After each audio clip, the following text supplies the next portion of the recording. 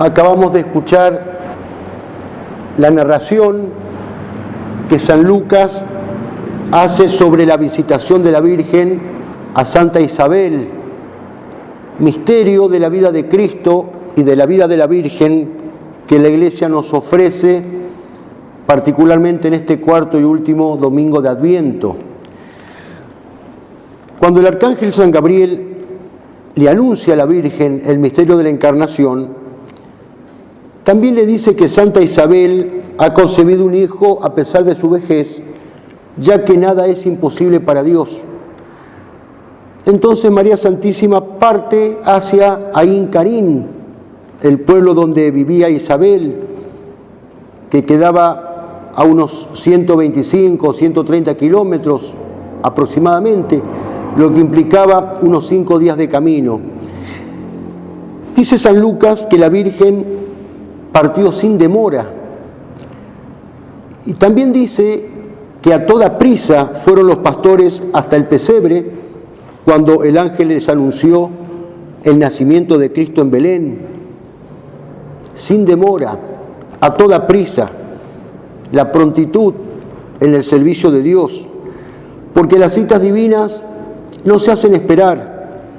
Así es la fe y así es la caridad, firme y pronta, ardiente y osada, audaz. Y así es como la Virgen se pone en marcha en lo que fue para ella esa primera gran procesión de Corpus Christi, llevando a su hijo dentro de la más preciosa y más valiosa de todas las custodias, que eran sus entrañas purísimas. María Santísima lo lleva a Jesucristo en su seno, pero en realidad es Jesucristo quien la lleva a la Virgen. Es el Señor quien la inspira, es Él quien la guía, es Él quien con su gracia impulsa a su madre a subir la montaña de Judá, o sea, buscar las alturas, porque precisamente en las alturas es donde esa unión entre Dios y el alma se hace más estrecha. Y la Virgen se deja conducir, como en el día de la presentación de Jesús en el templo, cuando Simeón lo toma en sus brazos al niño.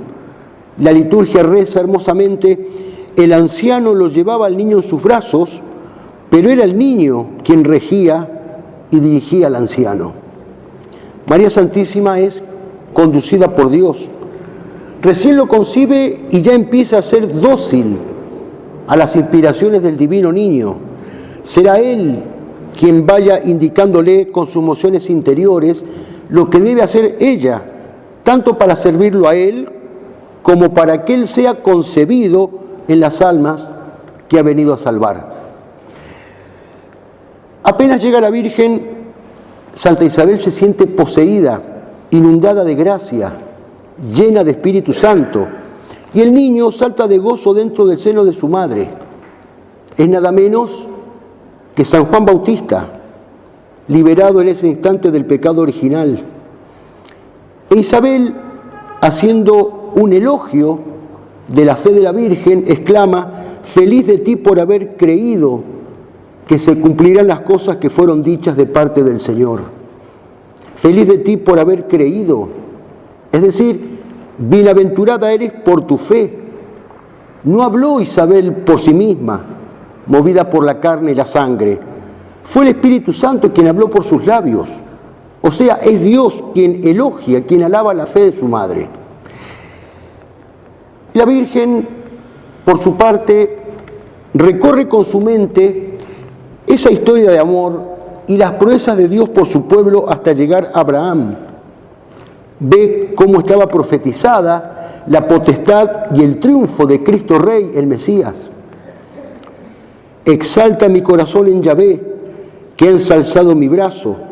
Sean aplastados los enemigos de Dios. Desde los cielos el Señor tronará contra ellos, juzgará los extremos de la tierra, le dará el poder a su rey y exaltará la frente de su ungido. Es el cántico de la profetisa Ana que nos refiere el primer libro de Samuel.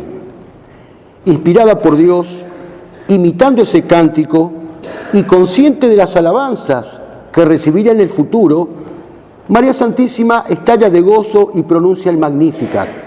Glorifica mi alma al Señor. Me llamarán bienaventurada todas las generaciones. Desplegó el poder de su brazo, dispersó a los soberbios de corazón y elevó a los humildes. Desde entonces, 20 siglos han pasado y millones de cristianos en todo el mundo siguen proclamando las hazañas de Dios con ese mismo cántico de alabanza. Verdaderamente el poderoso obró grandezas en ti, María. Feliz de ti por haber creído. Es la primera bienaventuranza que nos refiere el Evangelio de San Lucas. La misma por la que más tarde Cristo resucitado le dirá a Tomás: bienaventurados los que creen sin ver. Es ella, María Santísima, la primera bienaventurada por creer sin ver. Su fe invicta le hace adherir al plan divino sin titubeos, sin vacilaciones, sin esperar recibir primero favores extraordinarios o signos sensibles para recién después dar su consentimiento. No, nada de eso. Simplemente responde: sí, hágase en mí según tu palabra. Dice San Agustín: cree la Virgen en el Cristo que se le anuncia y la fe le trae a su seno. Desciende la fe a su corazón virginal antes que a sus entrañas la fecundidad maternal. Es decir, la fe de la Virgen es el comienzo de su maternidad divina. Ella primero concibió al Verbo en su alma por la fe y luego en su seno inmaculado. Y a partir de allí fue la fe la luz que iluminó los momentos más oscuros de su vida y de la vida de Cristo. Fue la fe la que le hizo ver con los ojos del alma aquellas realidades que los ojos del cuerpo no solo que se le ocultaban, sino que las volvían incomprensibles y aún contradictorias. La fe es la firme adhesión a la revelación divina. La Virgen acepta sin condiciones esa revelación. Sabe por la fe que el niño que lleva en sus entrañas no es un niño cualquiera, que no es solamente su hijo, sino que es el Hijo de Dios. Y cuando el Viernes Santo en la cruz Cristo no parezca Dios, ni siquiera parezca hombre, sino un gusano, en expresión del salmista, ella estará allí junto a él, sin claudicar, sin titubear, llorando esa su fe inquebrantable como una roca. A diferencia de los demás, ella no vaciló jamás. Nadie tuvo una fe tan firme como María Santísima. Nadie como ella creyó y nadie como ella lloró esa fe en la más terrible oscuridad. Más que a la cananea, Cristo pudo decirle: oh mujer, qué grande es tu fe. La fe es una virtud operante, es como el fuego. La única forma de conservarse es propagándose. Es lo que hizo la Virgen al visitar a Santa Isabel. Y es lo que hace con todos los hombres.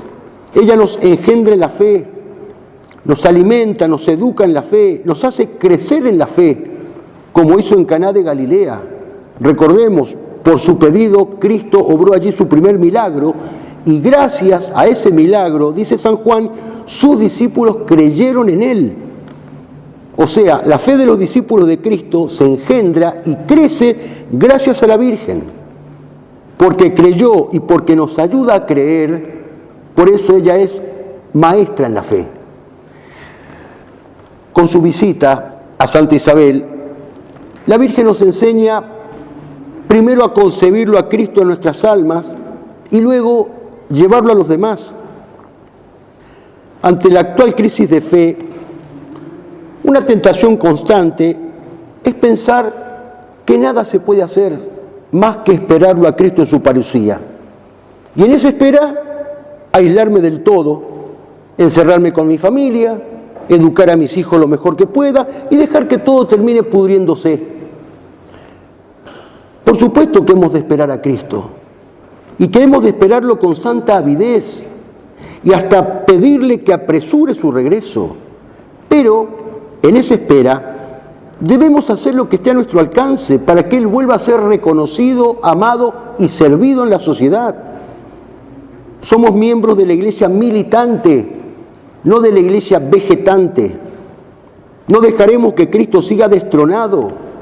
No nos resignaremos a que siga siendo un extraño, el gran desconocido. No dejaremos que el anticristo camine a sus anchas.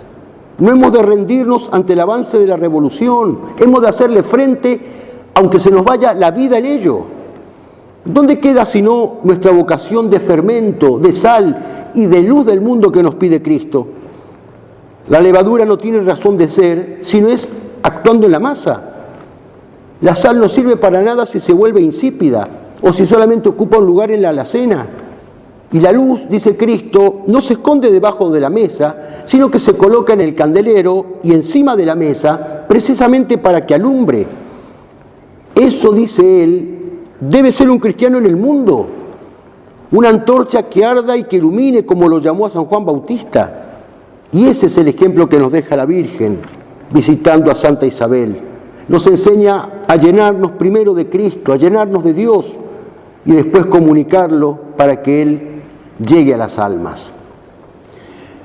En estos días previos a la Navidad y en estos tiempos de tanta prueba para la fe, pidámosle a la Virgen que nos contagie su fe, que podamos apropiarnos de su misma fe, una fe lúcida, firme, sin vacilaciones, una fe militante que nos mueva a salir de nuestro apoltronamiento para llevarlo a Cristo a los demás, como hizo ella. Enseguida nos acercaremos a comulgar. Dios llegará a nuestras almas de la misma manera que llegó a la casa de Isabel, transportado por la Virgen Santísima. Por eso, pidámosle también que prepare nuestros corazones para que en el momento de entrar el Señor, al igual que San Juan Bautista, también nosotros saltemos de alegría. Y con esa alegría y con inmensa gratitud, proclamemos como ella las proezas de un Dios que dentro de poco, de muy pocos días, va a reeditar el milagro de Belén, naciendo en el pesebre de nuestras almas. Que así sea.